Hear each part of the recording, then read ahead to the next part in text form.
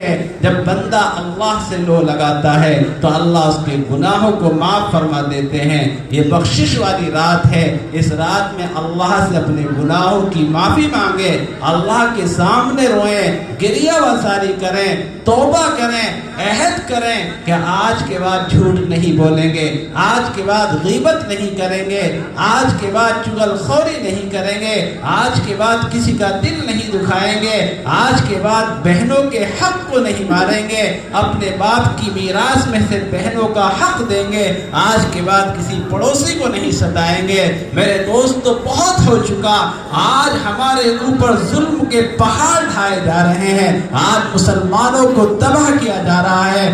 آپ بھول گئے ہیں کہ آپ کس کے امتی ہیں، آپ بھول گئے ہیں کہ آپ محمد عربی صلی اللہ علیہ وسلم کے امتی ہیں، جس نبی نے اپنی امت کے لیے در در کی ٹھوکریں کھائی، جس نبی نے اپنی امت کے لیے بھوکا رہنا پسند کیا لیکن بھوکوں کو کھلایا، جس نبی نے اپنی امت کے لیے پیاسا رہنا پسند کیا لیکن پیاسوں کو پلایا، جس نبی نے اپنی امت کے لیے اپنے دندان مبارک شہید کر دیے، جس نبی کی بیٹی فاقے کی حالت میں زندگی گزار رہی ہے، جس نبی کی بیٹی باپ کے سامنے چکی پیس رہی ہے، اللہ کا حکم ہو رہا ہے کہ محمد تم کہو تو ہم ان پہاڑوں کو سونے کا بنا دے۔ میرے دوستو، وہ نبی امام الانبیاء جس نے نبیوں کی امامت کی، وہ نبی اپنی امت کو کبھی بھی فراموش نہیں کرنے کے لیے تیار ہوا۔ آج یہ امت اپنے نبی کی سنتوں کا جنازہ نکال رہی ہے، اپنے نبی کو رسوا کر رہی ہے، اپنے نبی کا مذاق اڑوا رہی ہے۔ میرے دوستو، یاد رکھیے، بیدار ہونے کی ضرورت ہے۔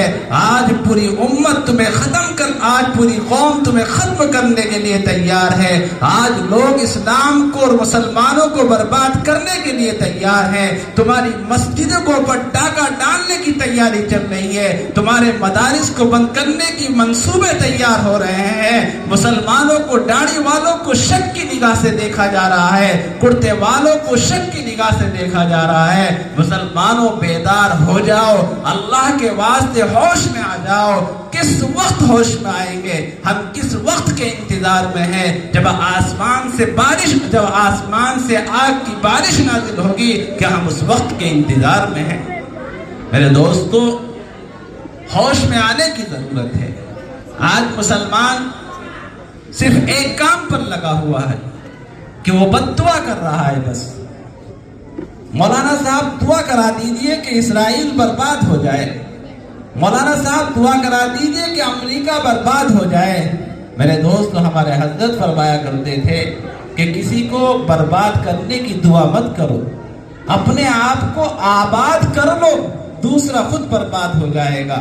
اپنے چہرے کو محمد مصطفیٰ صلی اللہ علیہ وسلم کے چہرے جیسا بنا لو، اپنے لباس کو محمد عربی جیسا لباس والا بنا لو، اپنی زندگی کے اندر محمد صلی اللہ علیہ وسلم کی سیرت کو لے کر کے آ جاؤ، دوسرا خود برباد ہو جائے گا۔ آج ہم دعا کر رہے ہیں کہ اللہ امریکہ کو برباد کر دے، اپنی بہنوں کا حق مار رہے ہیں۔